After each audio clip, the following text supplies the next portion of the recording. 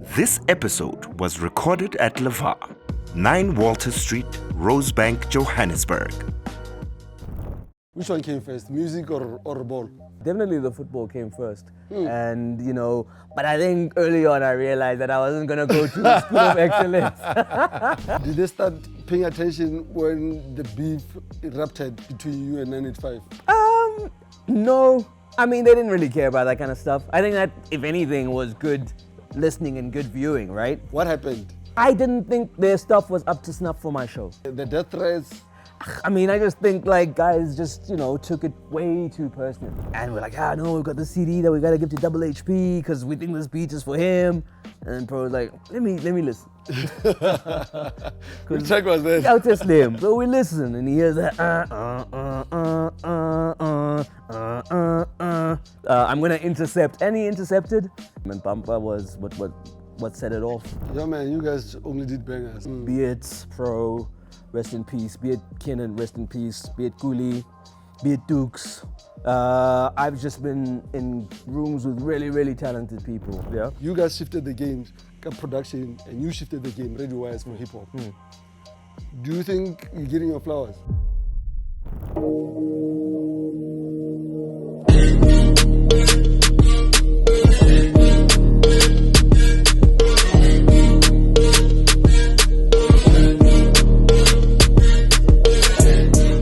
Supposite. What up, doggy? Grandwana? Good job, Moose. Ita. Good job. Ita. Good to see you. Same here, man. You've been away from the music space for a very long time. Where have you been? According to you. I mean, I've been making music. The last thing I did do was Kispanele Morena, the Squire, right? I did an EP for him. This was prior to COVID or during COVID times. That's when I kind of had left Supersport thinking, oh, you know what? I'll build a studio go high and then I'll start developing the things that I wanted to do. But I think a lot of the times that people think, when you do a hip hop show, when you make hip hop music, that's all you are. Mare, I think it's important to make people realize that those influences to make that dope hip hop came from somewhere. And sometimes you want to explore those things a little bit more. And so I think that project allowed me to have a little bit of fun. But then I think COVID then just changed the entertainment landscape. I think some people recovered, some people decided to pivot and move into other things. And, that's the decision that I made at the time. But it was fun. And it was nice because it was just nice to know, what, I still got it. So when I listen to that, it's all the things about my personality that no one would have known unless Umtseba is a friend or something. Sure. So if you really want to know holistically what I'm about, check out that piece of work. I think for me, it was a nice snapshot, taking into consideration where I'd been musically, where I was, all the things that I loved, and also the opportunity just to showcase another side of oneself. So yeah, I might have been gone from the stuff but I did make more material. And now I'm just, in a mode where I just do the things that I'm good at. So my business right now is set up to do audio. I do a lot of audiobooks, and I like that kind of stuff because people think it's boring, but I have a OCD. So I like waking up, sitting there, have the DAW open, and you just gotta find a cadence and a flow and a style for someone that you develop. And I do something like that. Wait. So the audiobooks, how does it work? Do you get a voice recorder or you do it yourself? No. So it depends. Some projects, someone will come and record with me. So for instance, I did the one for the people who make the rules for football in the world, IFAB. Yeah, they have an audiobook on their website. The guy who writes the rules recorded it with me. For real? Yeah. That's major though. So you find a way to pivot and things that Yo, in my book, that's bigger than what I do. No, I mean it's good.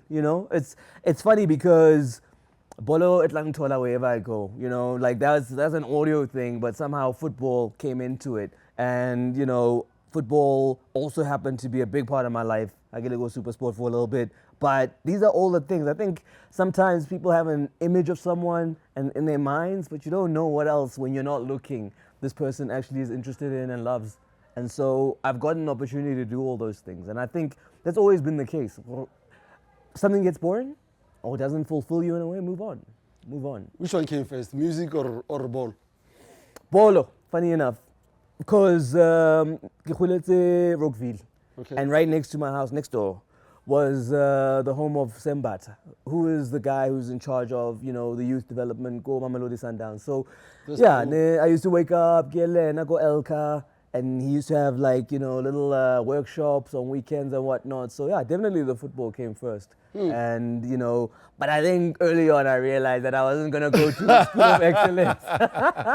You know this will take. I was like, you know what? I was one of those kids where get extramural, go expend your energy doing this thing, and come back home and tired and eat and do your work and sleep. So I think I realized very early on. But So when you dropped that, yeah, is it the time Hanu what KTV or was it similar? I think it was, because my mom was very much that kind of parent who you need something for your energy and your time on the weekend as well. So if it wasn't that, I ended up starting theatre classes with this lady called Joyce Levinson. She had the Joburg Kids Theatre, Children's Theatre. I think, the building is still there, but rest her soul, she's long passed on. But she had these Saturdays where you could come through and we'd do workshops, a bit of drama, a bit of singing, a bit of dancing. But it was nice, and I kind of leaned into my creative spirit. I think my mom knew that about me already. And so I didn't know that she kind of moonlit as an agent on the side. And so she got the call. They were looking for KTV kids at the time. And yeah, she sent me through. I went and I did the audition. Didn't think much of it. Also at the time, I don't think it registered to me what it was. It was like, oh, okay, well, I'll get to be on TV. So I did that. Lo and behold, I get the job. How old were you at the time? I must have started when I was like 9, 10 years old. Snap. Yeah. It was around then. I was still young. And then I went on to do it for 9, 10 years. Snap. So before we even go there, Yeah. Uno Bloma guy, where was home? Nigga Blomagay, Kholetse Rockville. Okay. Then from Rockville, Ville Tipkloof, phase 3. And I think that's where I was. Sure. Because after that, we would then subsequently move to Veltevreden, Sure. which is where I'd then be closer to everything, and I'd do most of my high school there. No different sides at Lewood. Not that far. Wabona kamo lifestyle. Kamo there by on Paris there. Oh, yeah, lifestyle yeah, shopping. yeah. Complex Randridge Mall. Yeah, I see. I used to get off my taxi on that main road. Yeah. And then I would walk a couple of blocks to my home. Like, cara. That's dope. Yeah, that was like, and then dispels the rumor that lots of people thought we were just driving around and being driven around. My man, I caught the bus like every other school kid, unless I was working on that day. Sure. And then my folks would come and fetch me, Bangisera. But most times I was a normal school kid outside of, I couldn't do extramurals as much because I had a job to go to after school. So other kids could play sport or do other things, but I had to leave most times. So it also, I think, at times made me look like I wasn't social, I was antisocial. But it was like, no, it's actually because I got other responsibilities Yes. after There's school. a call time. And then after it caught on, people then, okay, they knew, oh, okay, yeah, you got a job. I mean, eventually all of us become known like that as kids in our schools, at different schools, that, oh, the KTV kid. I mean, they'll maybe take something else on, but their main focus is Pansabon. Dope. Yeah. So your lady must worried for this industry, because right now as parents, Yeah. hey, when mama come out not. You know, the funny thing is, I think back then, Tastemaking was very child friendly. From the lady who would book us and dealt with our parents to how the adults in the environment treated us. It was never, there was no flavor of exploitation or anything. It was just we came there and we worked in a very professional environment. So for a child, you're getting to learn these things very, very quickly, that, time is money, you're here to execute and get something done. And honestly, it was the best training for any presenter, because also we didn't rely as much on auto cue, which is a thing now, where a lot of the time, just because you want to be on time, if it's you put it on the screen, read it, let's get out of here. Yeah. So we didn't really go, it was live TV. And I love live TV because for me, it's a one and done. When you shoot stuff, you can always cut or stop and try it again. I love that when you do live TV, once everything is wrapped, that's it. We move. You go home. We move, we go on. That's it. That's crazy. Yeah. So you auto cue kidos out now, no, back then. What Not is so it much. happen? Oh, well, they used to give us a script. And then you had to memorize the script. Yeah. That's insane. Come from school, you're afraid You have homework.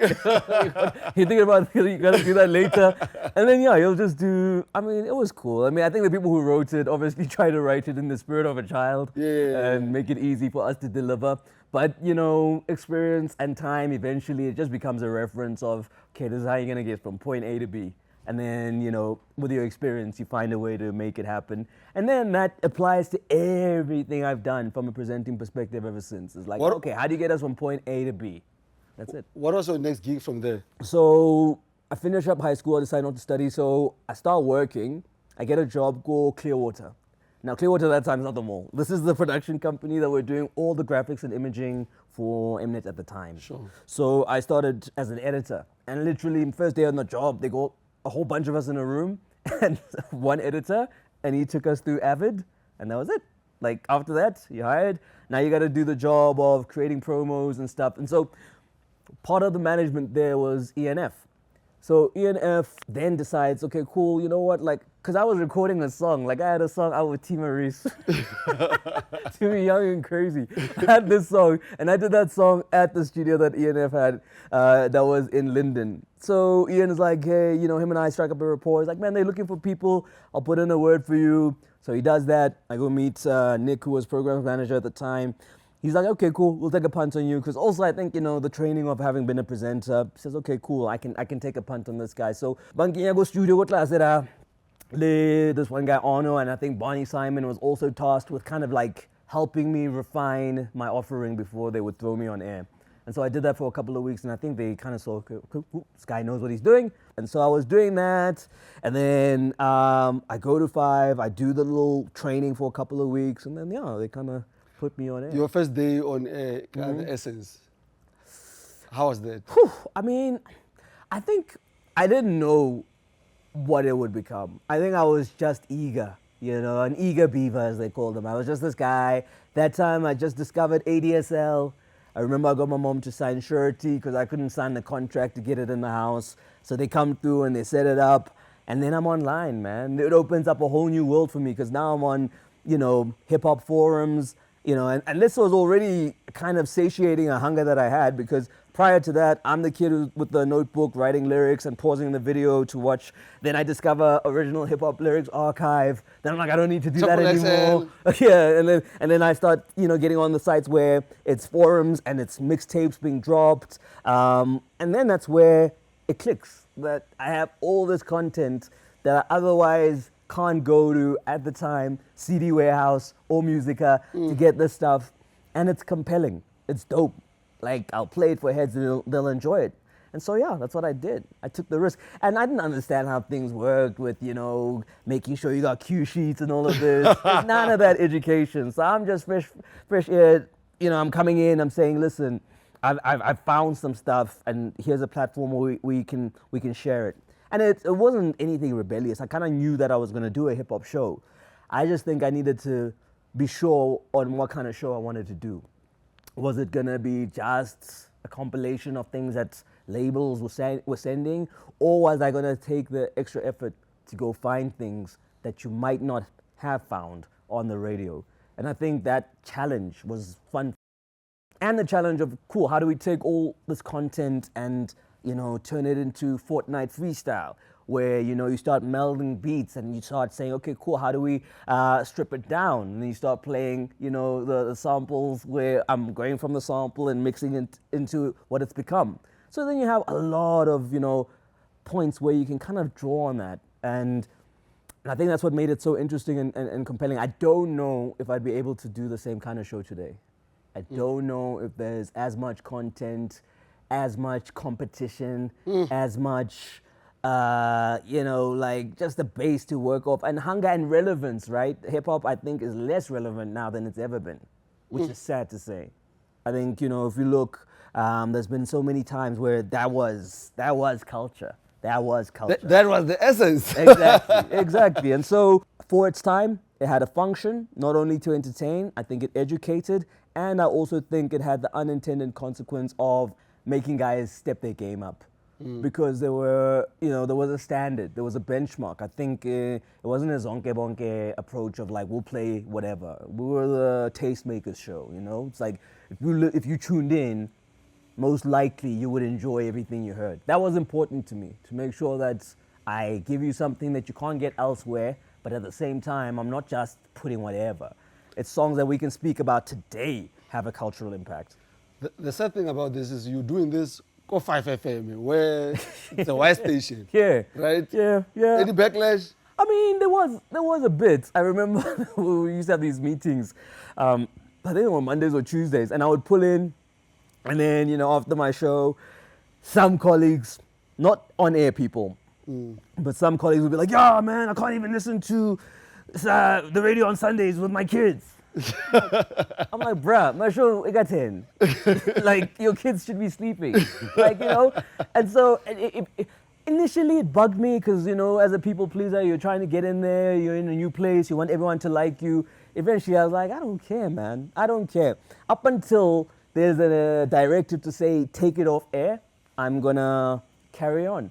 And I did, because I knew that there was a gray area about after a certain time, you could get away with certain things. So I leaned into that, I was a bit of a rebel. I won't lie. There were times, even got 124, give me a CD, or I had a mini disc player. I had a whole mini disc player. And then sometimes what I'd do is, prime example, there was a song by Shells called Ladies and Gentlemen. I think it was on one of the NBA street games. So I couldn't find the song anywhere. So I was like, okay, let me find an optical cable. Put it in the back of the console, put it into my mini disc recorder. I recorded the song. Then I had it.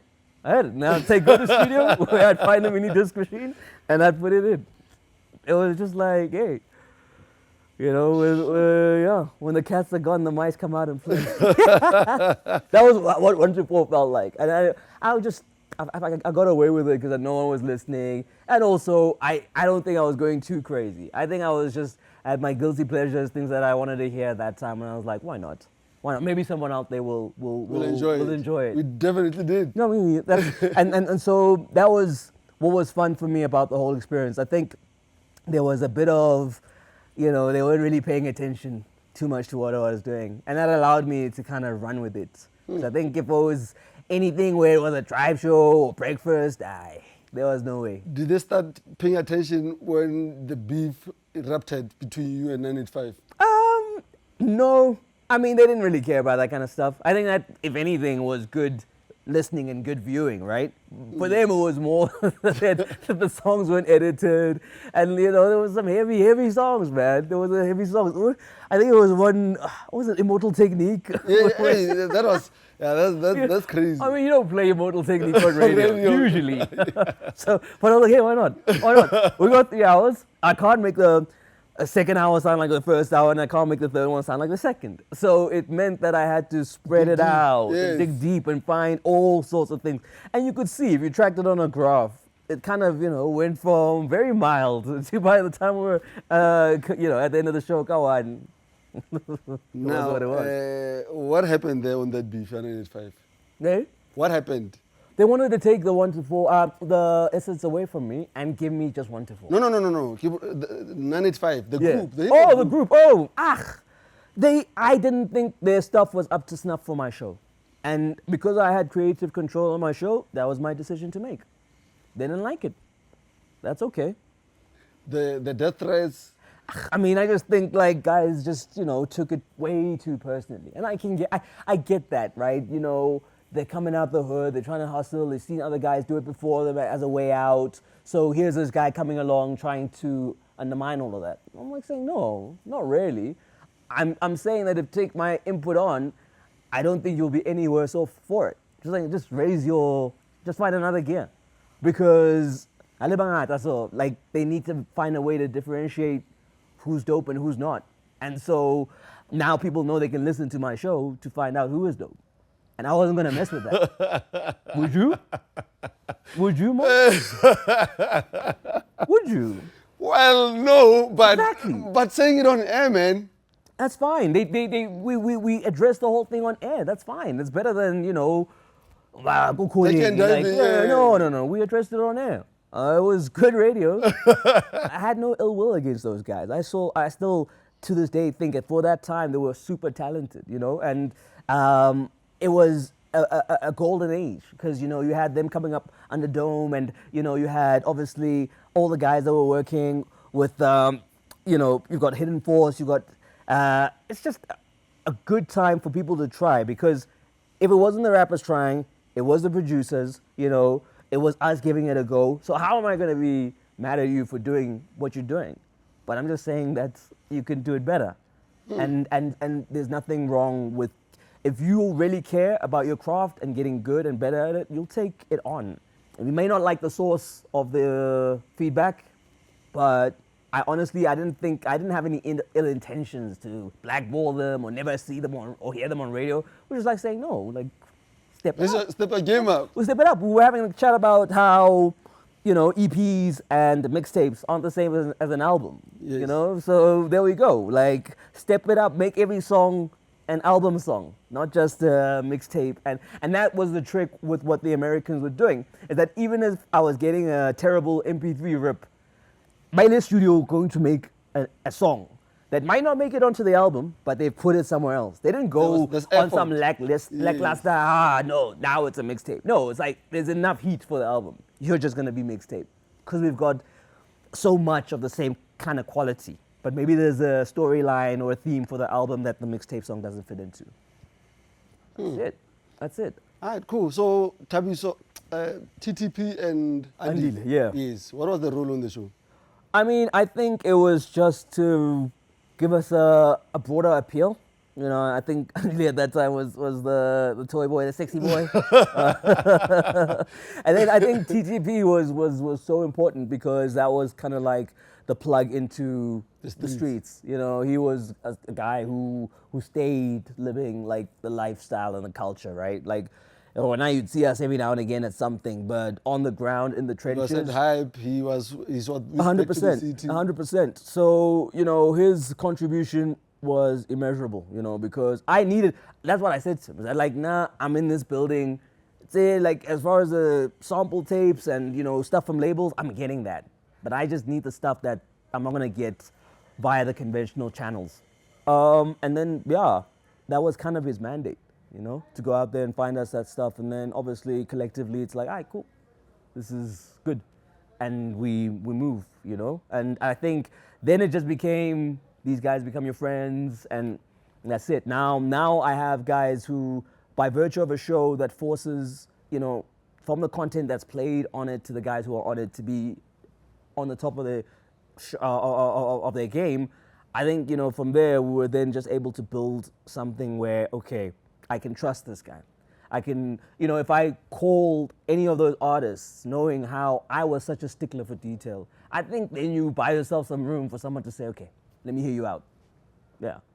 And that's what put us in a good position for what would come after. All right. Dope. So how did Ivy League start? It was around the time that Entity, they were nominated for a Cora Award, right? And so I think as part of the press obligations, I managed to get them onto the show, onto the Essence. So this was when Touch and Go was like the big song. And so yeah, from there, forged a relationship with the gents, started hanging out and, you know, outside of the studio. And then it was like, oh, okay, cool. Maybe I could, you know, work with these guys. I like what they're doing. You know, we had a lot in common. Our Model C boy, they were at St. John's, so we understood each other, the culture. But then two of the guys would decide to go on and study and C's, which was okay, I guess, you know. At the end of the day, they did give it a go. They tried it, and they wanted to pursue other things. Fair play. So what was left was myself and Kinnan. And then out in Togozo, I'm learning at this time when I'm getting to know the guys that he was essentially like the fourth member of the group, but the folks were like, nope, focus on school, but he was still cooking in the kitchen. And so he developed his habit of cooking in the middle of the night because that's what Books would do, you know? And so, yeah, we were like, all right, cool, well, if the guys aren't going to pursue the music thing, Kinnan, you still want to do it, Books, essentially I feel like you got an itch that you want to scratch because you kind of had to repress your talent for so long. And I'm like, well, you know, why not? Let's all look at it. Let's see if we can set something up and build on what we're good at. And that was like from my ear to Kinnan's raps to Book's, you know, samples and production. It's like, okay, cool. We've got the perfect mix of folks here just to create something special. And so I think we took advantage of that window of opportunity because I just think like, you know, it was the super producer era. And I think we realized that, okay, cool, this is, we can play in this space. And so with the credibility from the show, you know, Ibula Minyako, like it's easy for me now to go and speak to someone and say, hey man, what do you think of this? And that's what happened. So the first time that happened, we were from the stew or something, I think, yeah, we're from the SABC and ended up go Capello Candy Square. And Pro was going to be there that evening. We knew that, so we bumped into him as we were heading out or heading in. And we're like, no, we've got the CD that we got to give to Double HP because we think this beat is for him. And then Pro was like, let me listen. Which track was that? Out to Slim, Pro. So we listen, and he hears that, and he's like, that's not gonna go where you wanted to go. I'm gonna intercept, and he intercepted, and that was the start of our working relationship with him. And Pampa was what set it off. And so, yeah, just from a little, like, I mean, we didn't think it was gonna turn into that. Literally, there's the cars there, and we're just like, incidentally, have a listen. And yeah, I mean, you know, Chapa probably wouldn't have been happy to hear that at the time, but it got into his hands, and then yeah, we started making some really, really important moves with him. Yeah. That's ProKid. Yeah. Then the next project became Keenan, right? Well, we were Guns for Hire at that time, you know. So it was Pro, it was Kulichana. We even did a joint for Cypher. We even did a joint for, you know, there was Sugar Smacks. We did stuff with Flabba that never came out. You know, so we were really enjoying, you know, the attention of a lot of people that we also equally admired. So I think that was dope for us. It was like, okay, cool, let's just do this, build up the equity, you know, build up the reputation, and use that as a launch pad then for what was to be then Keenan's career. Then how did you guys decide that, you know what, this one's we're keeping away from Keenan, from everybody else for Keenan? Yeah. I mean, he had first pick, you know. Really? Yeah, of so course. whatever we've heard, it was like second base. No, it's like you can't put all of them on albums. So, you know, if you have, you know, 20 songs and he needs 15, there's still 5 good ones, and those will go to other people. I mean, that's just how else would you do it? Yeah, it's like, you know, you make lots of fire and you just, okay. And also, it doesn't mean that the stuff that he took at the time was a great song. It might have been a dope beat, and then he still made it a great song, you know? So we were half of the equation. It still needed someone to come in on the other side and do their job.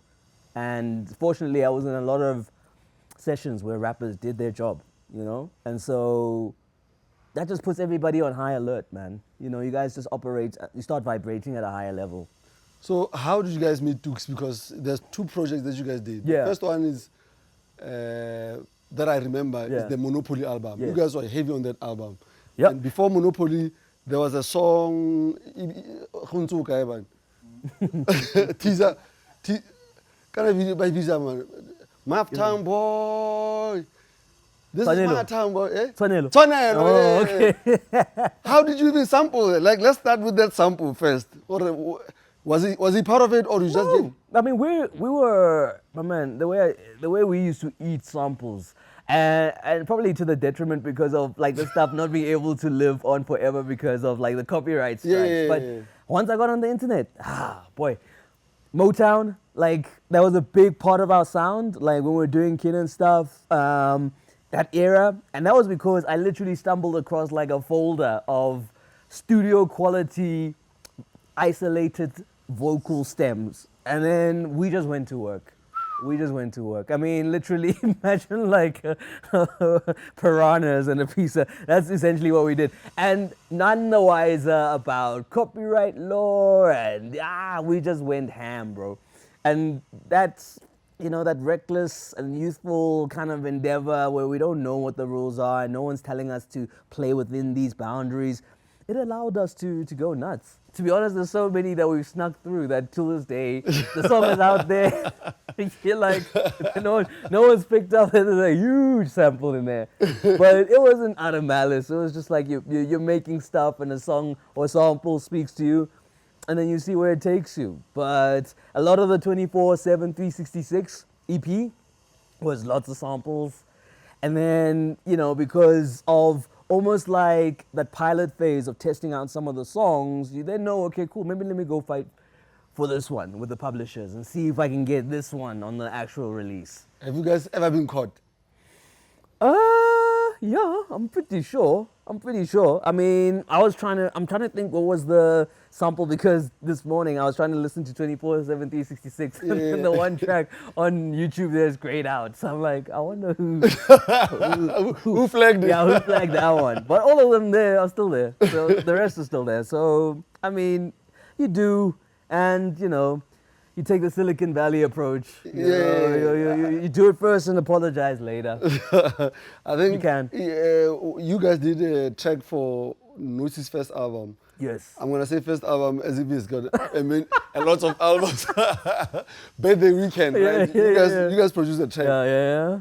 I wanted that beat so much because I knew that this track would win over Kobotswana. The artist was from Botswana. Yes. And it was easier for it to clear because he was one signed to EMI. There we go. And Nosi signed to EMI. There we go. For me, in-house. Yes, it's in-house. Just make a call. And 1, 2, 3, it was done. I mean, I wish I knew that it was kind of like, I wouldn't say easy, because I think there still comes a point where, you know, when it comes to sampling, to get clearance, you gotta meet the original person kind of halfway by Omangwena, you know? That person, when they want to clear it or allow you to use it, they need to know that you are going to sweat the asset, you're going to use it. And I think maybe anyway, we wouldn't have gotten some clearances back then, because purely because of who are you? And why would I, as the original person, allow you when I could maybe wait maybe a couple months or a year and a Kanye West comes along and uses the same sample, right? So these are the things, is that we were never geared up to be able to equitably compete. And also, someone never said to you, hey man, if you use this, your money is chopped by half or 70 or whatever they take. So no one ever tells you these things. I think if you tell a young music maker that, yeah, you can sample, but you're gonna lose this and there's this, or you could, then you have a decision to make as to, okay, cool, it's fine, I'll lose a bit of money if I get to make songs based on the songs I grew up loving. I can get that. I can understand. When some people say, nah, I'm gonna do that, let me just replay it or create a new sample or whatever. But I don't think we had all the knowledge to make all the decisions from the right place. For me, the tricky thing was when you guys sampled here, you guys did 2 songs that I remember vividly. The first one is No More Hunger. Right. And WHP voice was there. Yes. Did he know that? Yeah. I mean, the thing is, he knew. I mean, like that sample is, you can tell it's Jabba, bro. But did you guys play him the beat first, or he found out when he saw it on live? He might have found out when it became a dope song. He might have found out when it became a dope song, but I don't know if we ran it by him. I don't think we did. I don't think there was time for all of that, you know? So it was just like, hey, there we go, album mode. And also, you know, honestly, cool. Exactly. It is cool. If you guys are come back brothers, and said, you can no, talk don't about use it. it, then I would have understood. But I don't think we had that jeopardy. I don't think we thought that, I know the guy might say, nah, we can't. But with Chikose Lotwala, that you can dance with Dukes. Lo is local. Chikose Lotwala clearly can hear this song. This is my hook. Yeah. No, those are clear. I mean, there comes a point where the label has to protect its interests. So they're not just going to let you put out the stuff and then have it pulled off the shelves, because this was still time of physical, right? So I think, by the time where both Dukes and them are with like proper bona fide labels, then it's like, okay, you can't really mess around with that. And so I think there's some, you know, releases that we probably lost to the fact that things weren't cleared.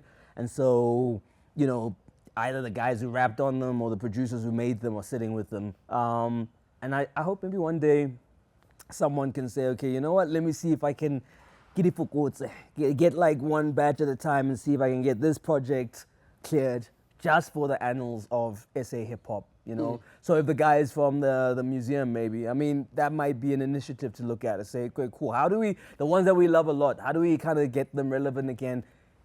Kamulao, you know, according to making sure everyone gets paid what they need to, and maybe we're not gonna make the money, but at least now the work exists in a real credible way, and it's gonna be there for the end, till the end of time, right? And maybe that's something we need to look at, because I think there's a lot of bangers from back in the day that I can't just find anywhere. Yeah, man, you guys only did bangers, like. No, thank you. But I was speaking in general. I think I think we raised everyone's game. We raised everyone. I'll never apologize for that. No. I think we got to a place where, like, you know, if you were new and coming into the scene, you have to think twice. People like, yo, what's pro in them? Like, do I really want to be a rapper? Which, Can I ride on that beat? Which a lot of people I don't think have answered honestly sometimes when they ask themselves that question. Because I know, it's just like, it's maybe unfair because I just had that perspective and I had a front row seat to greatness. Be it Pro, rest in peace. Be it Kenan, rest in peace. Be it Guli, be it Dukes. I've just been in rooms with really, really talented people. And so you know, my standards are there, man. There's no going back. How did the young and what's the TV show? Oh, what's it called? Forever Young. Forever Young, yeah. Yeah, you guys did an opening sequence. Yeah, we did that, yeah. We did the opening sequence for that with Clue, who was also like unofficially like, you know, part of our crew. I mean, he had his own thing going. But man, we made so many good songs and just the energy of the sessions. And so that was a throwaway beat. That was going to be a song for Kenan, yeah. I think, yeah. And then we just had the hook on it.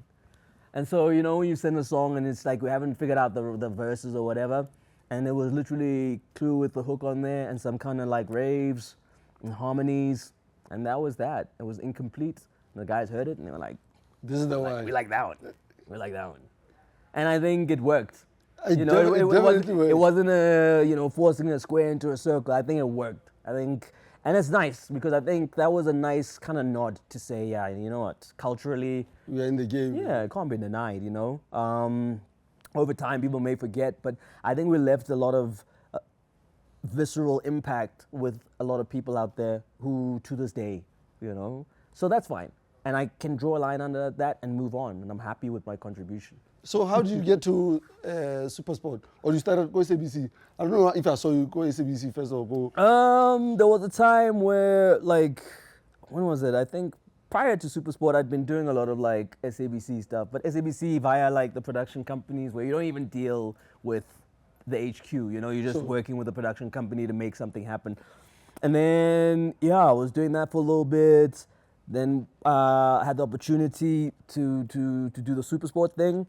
And that for me was literally from having watched, you know, those Saturday build-ups and thinking I can do that, you know, as a kid, being a presenter. I was like, oh, okay, that would be something I'd like to do. And I just went for it at that time. And I was like, okay, let me see if I can do it. And I did it for 7 years.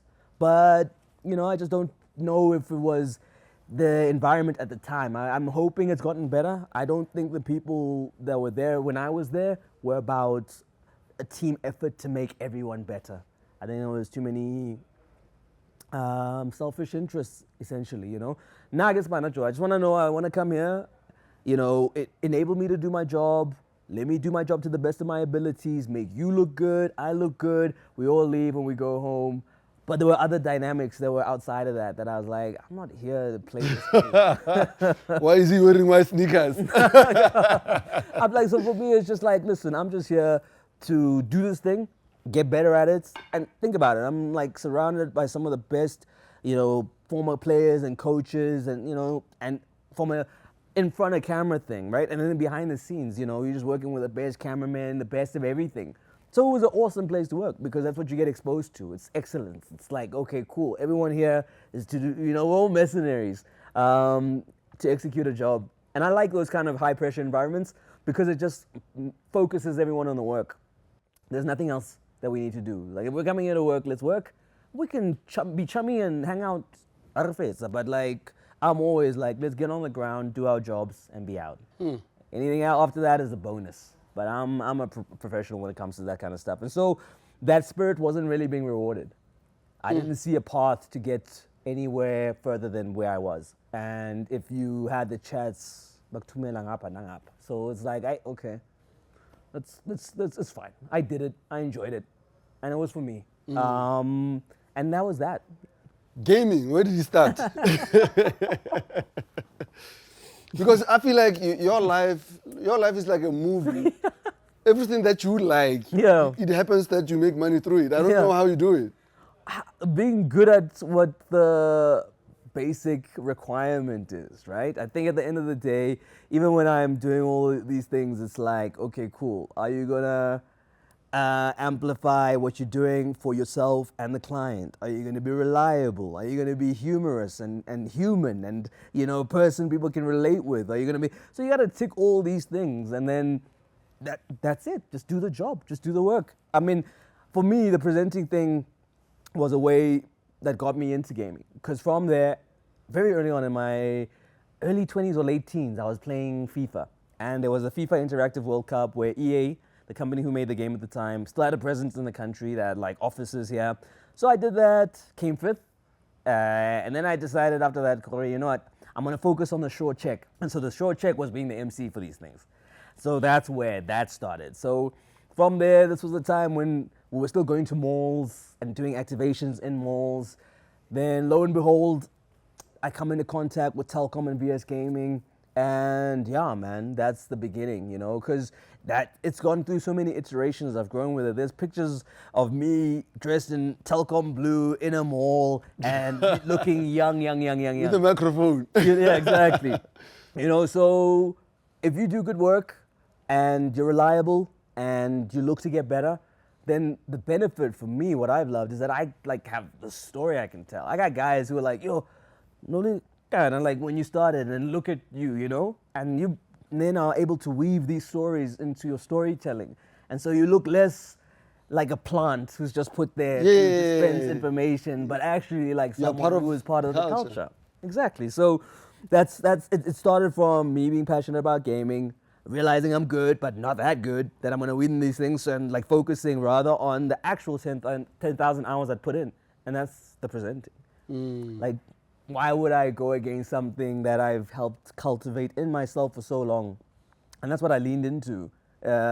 Essentially, KTV gave me the opportunity to take that and then, you know, be credible, go Supersport. Because, hey, man, I went there the day for the auditions. And I knew when I walked in there,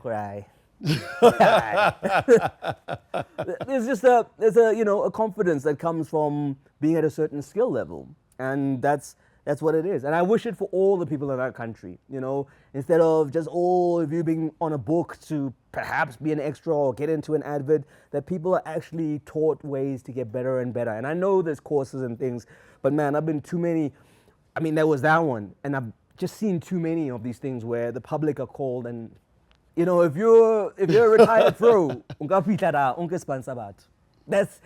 shouldn't be that way, I guess. So you're trying to find new people, and so I just think there's not enough of a culture of people getting upskilled and taught the basics, so that when they get in there, you can keep your job.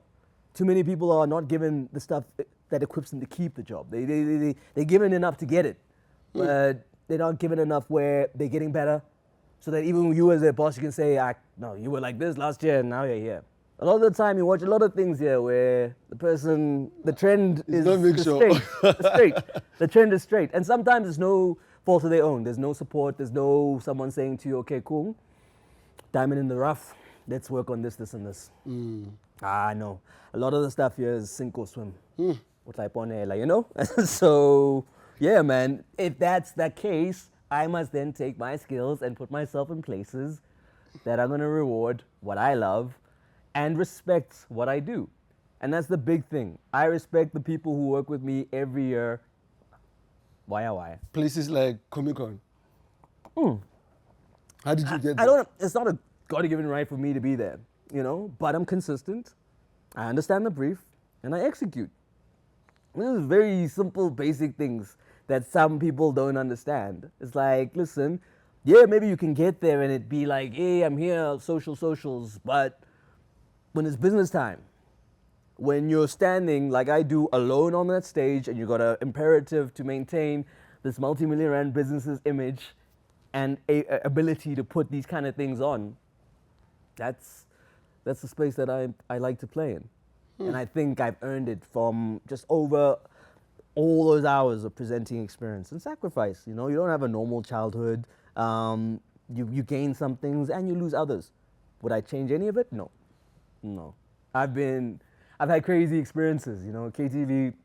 There were times when we would go to Ghana and the president of Ghana is flying us in a helicopter to his compound in the jungle, mate. I've got like, memories of just being seen as, we're literally the Mickey Mouse Club of Africa.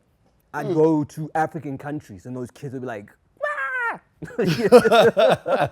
So it was a different time. We were continental. We were, and so. You know why this is funny? Yeah. Because the way I know you, you push back on the celebrity lifestyle, the celebrity, but you've lived that. Yeah, that's good. Good job. I'm okay. I don't think, I've always said, being a celebrity, I don't think the juice is worth the squeeze.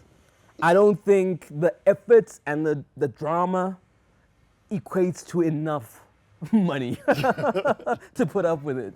So recede, go back and take your life back, And that's what I did. It's like, it's okay. I was on TV for 20 years. I'm enough. Let the new people take over. But what happens is you get called because new people are not. Let's talk about something that impacted the game. And it was AKA, obviously to use his name because he was a brother, a colleague. Once he's gone, what happened in the game? That's the first question. And to you personally, him not being around, what does it mean? It's terrible, mate. I think, we're always cordial after we kind of went our separate ways. And in the most recent times I'd seen him, I think I kind of caught him in the couple of times that I saw him over the years in that phase where he was super aggressive and he had that, that lifestyle that he then turned around and changed for the next time I saw him. So I saw him those 2 times in terms of his personal development. And I feel like where I'd seen him, I think he needed that version of him to kind of climb the mountain or climb the Empire State Building and then be the guy on top. He might have needed that energy for that. So I don't know. I wasn't close enough, but the proof is in the work that was done, right? The music that came out and whatnot. And so he was one of the people where from afar, you're really happy for what you're seeing. Yes, it didn't happen within the confines of what you guys wanted to establish, but homie's living his dream and doing what he's good at and, cashing in on his talent and potential. So I think we were always happy for him to see him doing his thing. And now that he's gone, I don't know if there's as much energy and, in terms of a reference point for our hip hop. I think Kenan, that even if with like Amapiano being what it was, he would still have been like, I'm this guy. He wouldn't have bent and said, okay, I gotta meet them Amapiano guys halfway. It would have been like, cool, like we've always done in the spirit of the Ivy League, can draw on those things, but you can still keep it 100, which is what we had always done. Whether it's humble house music or when it's like, cool, doesn't mean now your message must change. It's just like you're saying, okay, you're tickling the balls of the public. It's okay. That's what it is. It's a psychological thing, this. You have to know that the people are into these things, and that's why it all boils down, and we always used to say this, was like cool, anyone can write lyrics, but can you make a good song? A good song is taking the things that are there in the beat, saying, cool, you've got this part covered, I need to take care of the rest. And that's when you plug in culture, South African culture. And I think, for us, we had Pro, who was a great example of that. It's like everything he spoke about, as someone who Nkasi, you can relate to it. And so Kenan had to find that for those kids who, like me, were maybe at Cares, just down the road from, St. John's where he was, living the same lifestyle to a certain extent and speaking of those experiences. And that was what happened. It was like varsity, it's like, it's a different experience. What Kenan lives and what Pro lives are 2 different things, but equally as important for those stories to be out there. And I think that's the beauty of it, is that we had now a scene where, from Motswako to the DK guys, to Hidden Force out the East, and, everyone was contributing. And it was beautiful to see. I don't think there's as much of that now. I think everyone is just kind of, survival mode. And And yeah, I just feel like ever since Kinner's lost, like there's no glue keeping everybody together to say that, hey guys, hip hop is still worth fighting for. I think some people have kind of like, are wondering, like, do I have a future in this? Kinner would have been like, no, fuck it. There's a future in this thing because anywhere. We're going to have it, whether it's me or the next gen. But, and I just don't think there's anyone fighting for hip hop as much now. I don't know. You're a DJ. You're in the life. Maybe you can tell me. No. What do you think? I'm fire again. Yeah? No ways. You can't sit here and just be. I'm asking you, bro. Huh? Speak, monk. People want to know. People want to know. People? Huh? The ones watching this. Yo. But it's not cool. I mean, you've been out with us like since those days. So I'm like, am I wrong? Like, what is your perspective from the other side as someone who's still on the ground? You said I receded. Wenna, who still kept at it. What's going on? So, I'll tell you my experience with him. When we recorded the track, Birthday Weekend, right?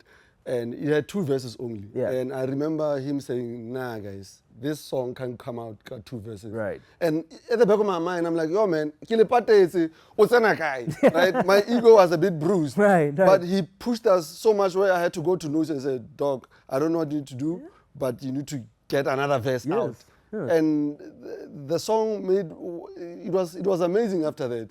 So somebody who will push you even when you didn't like it. Yes. I don't think I've been in a room with somebody like that. No, for sure. But like, I mean, if you look at any top athletes, they'll tell you their coach made them uncomfortable. You have to be uncomfortable. The uncomfortability brings change. If you're comfortable, you become complacent, and that's not a challenger. Someone who challenges can't be complacent because you don't know what the other people have been doing. So you got to always stay on top of the game. That's it. And so you have to always be thinking on, you got to sharpen. And so we did that a lot, whereas like, try this. Input is, you know how it is. The process doesn't start at record, rap, and That's we're it. done. No. Yeah. There's always better. considerations. Like, okay, cool, let's chuck this in here. Let's do this. It's a whole creative undertaking. So when someone says, hey, man, you've got like this dope beat, throw in another verse, that's you now pushing yourself, thinking, I've got 2. How do I write the third one even better than the 2? A win. Got a longer song, be able to play longer on radio, a win within the 330.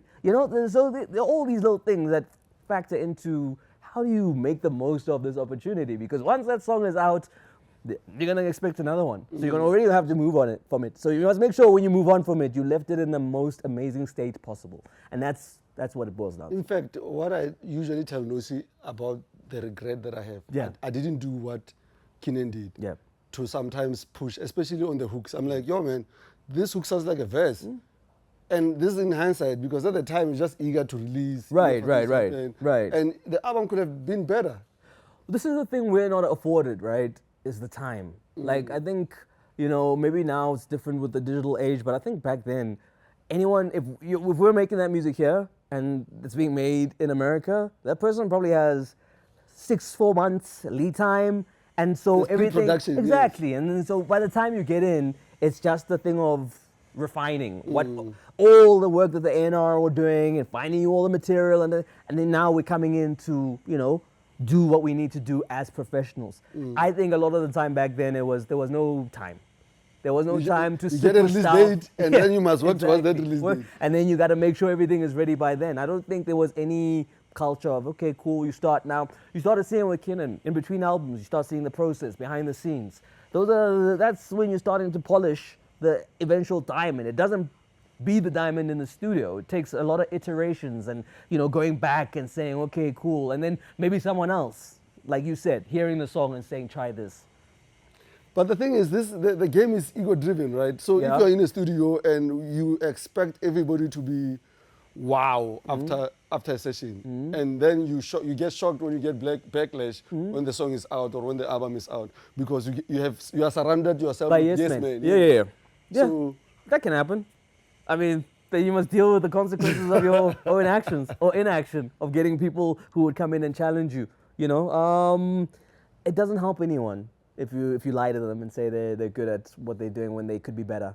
I've always believed in honesty being the best policy.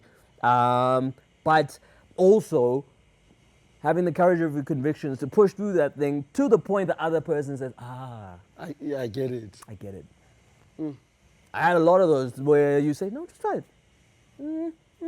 Do it. It's a refinement process. It's going to happen. It's going to happen. And you just have to be in a room with people you trust so that you know when the input is coming, it's coming from someone you trust. Who has your best interest, or not even maybe you as an individual, but the project's best interest at heart. And that's it. Trust your collaborators. So you've done 2 important projects for hip-hop in SA. The Essence and Ivy League. Yeah. You guys shifted the game, production, and you shifted the game radio-wise for hip-hop. Do you think you're getting your flowers? I don't know. Like, I don't concern myself with that too much. You know who flowers are for? Dead people and people who make jobs. So you don't give me flowers whilst I'm still alive. It's because I've uplifted thousands of people. And I want my flowers from those people. I don't think flowers. No, I handshake, dap, I'm good with that. I don't think it needs to be more than that. It was a transient part of my life, you know? Good chapter, but, you know, I've gone on to do other things. So I'll take the heads who come up to me and say, cool, thanks. But, you know, I don't think, past that, no, it's cool. It's cool. Enjoy. Enjoy what we contributed.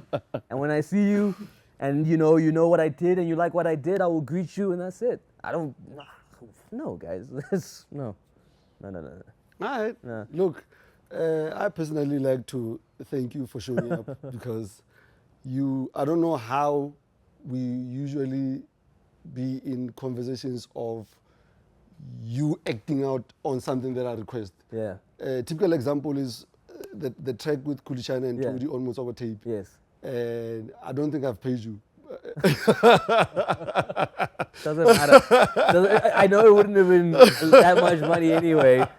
And also, that's another thing as a producer, that at some point you learn very quickly that you have to give them over. You're a surrogate, you know, in a sense. You're a bit of a surrogate. You cook something for a little bit, but when it's fully gestated, it goes over to the artist most times. To be quite honest, I don't think I was even in a position to afford Ivy League at the time. But thank you, man. That's okay. That's okay. I mean, I don't even see that as like, oh my goodness, we need to speak to our publisher. That's fine, bro. That's fine. It went under the radar. I gotta get some of the samples we used went under the radar. So that one, you know, it's, the universe is paying it forward. Yeah, and I got the track fully tracked from Kuli, and I remember the time the project was done. Yeah. And I called him and I said, yo, man, you're the only one who's not on the project. And I'm going to tell your fans, you didn't make any time. I've been recording this thing for 4 months, 6 months, and I called you literally every month. Yeah. And it's like, hey, son, where you at? Wilde Vrede, funny. Oh, is it? There Yeah, I was that side. And he lived that side also. Yeah. So he's like, no, go to my spot, Kai, you'll get the stick. There's 2 tracks there. I remember the one track was called Kaisia Kaya Rofo. It had some quite a feel in it. Okay. And the other one was your production. And I was like, obvious. No, listen, I mean, yeah, I'm glad, because what's the alternative? It would have been sitting on a hard drive somewhere, you know, never released. So I'm okay with that. Like, whatever, guy.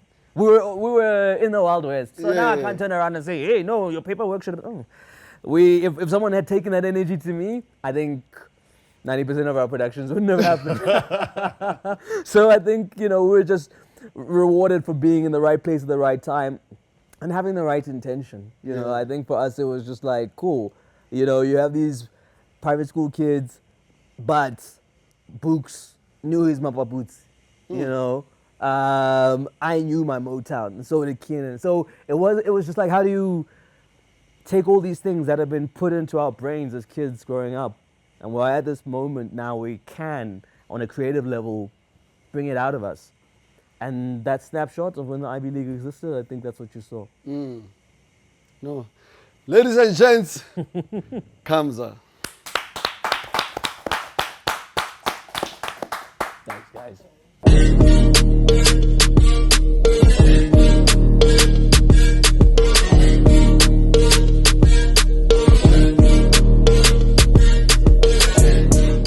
Shapuzi.